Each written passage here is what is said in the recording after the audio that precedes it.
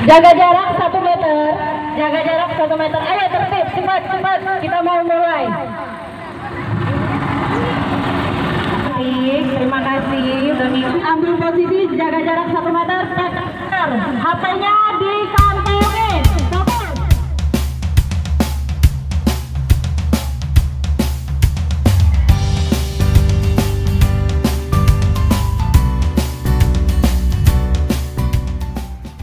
Halo Frame Teaser, hari ini saya akan melaporkan sebuah kegiatan pengibaran bendera raksasa yang berlangsung di Jalan Merdeka Barat, Jakarta Pusat.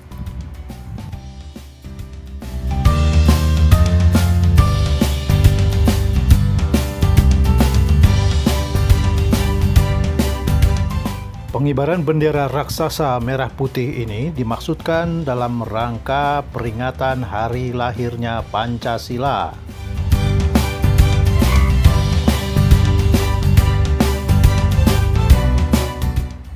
Pancasila adalah ideologi negara Indonesia yang mampu menyatukan dan merekatkan keberagaman di Indonesia mulai dari Sabang sampai Merauke.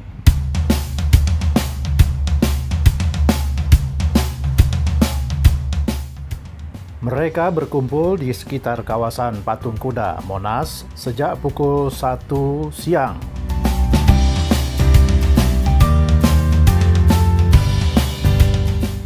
Selain mengibarkan bendera raksasa, mereka juga menyanyikan lagu-lagu kebangsaan Indonesia dan juga melakukan orasi serta mendengarkan pidato-pidato Presiden Soekarno ketika berada di PBB dan menjelaskan tentang makna Pancasila di sana.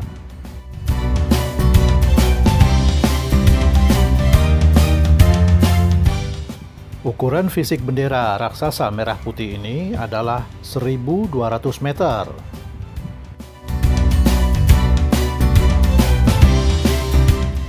Angka tersebut merupakan perkalian dari panjang 60 meter dikali lebar 20 meter.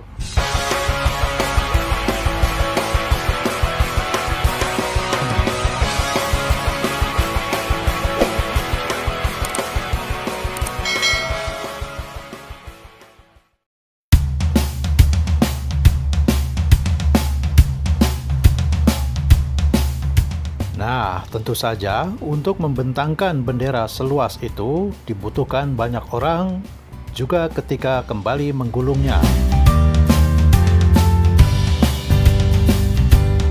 Peristiwa pengibaran bendera raksasa ini tentu sangat unik, dan kebetulan saya berada di lokasi untuk menyampaikan kabar ini kepada Frame Teaser.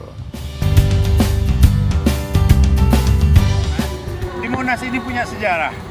Dulu apel Ikada itu ada di Monas. Itu awal dari ide-ide kemerdekaan ditumbuhkan di sini, ya. Terus tema hari ini adalah kembali ke merah putih. Kembali ke merah putih. Hanya itulah satu-satunya cara agar nanti bila terjadi apa-apa di mana kondisi politik itu tidak karuan, ya. Rakyat harus dibekali oleh ideologi. Ya, salah satunya adalah kembali ke merah putih supaya rakyat tidak dipermainkan oleh elit-elit politik yang syahwat kekuasaannya sudah tidak terbendung hari ini. Ya, jadi kami melakukan ini untuk menyatukan kembali rakyat. Hanya bersatu dan bersatu, rakyat akan kuat dan rakyat tidak akan pernah bisa dipermainkan oleh elit-elit politik dengan syahwat politiknya yang sangat berbahaya hari ini. Ya, kalau hari itu memang seharusnya kemarin, tanggal 1 Juni. Tapi kan pemerintah tidak memperbolehkan, aparat tidak memperbolehkan. Maka kita geser ke tanggal 2 Juni. Dan ini penting sekali mengingatkan kembali kepada bangsa ini untuk terus menjalankan amanat Pancasila. Dan hari ini saya bisa katakan Pancasila belum bisa diamalkan 100%. Bahkan saya katakan gagal. Kenapa saya katakan gagal? Pancasila itu memenuhi pemikiran yang ada di dalam Pancasila itu memenuhi kebutuhan kemanusiaan. Sehingga kalau hari ini masih ada agama yang bertarung, kemudian ada orang yang digorok lehernya di Poso, saya anggap gagal. Masih banyak mafia tanah, masih ada korupsi-korupsi. Jadi pemerintah dalam hal ini, bahkan bangsa Indonesia masih belum bisa mengamalkan Pancasila atau nilai-nilai Pancasila secara murni dan konsekuen. Bang, berapa banyak Bang yang mengangkat bendera ini Bang hari ini? Ini minimal 80 orang, tapi ternyata yang datang hampir 150. Rencananya udah berapa hari ini Bang? Oh, ini sehari.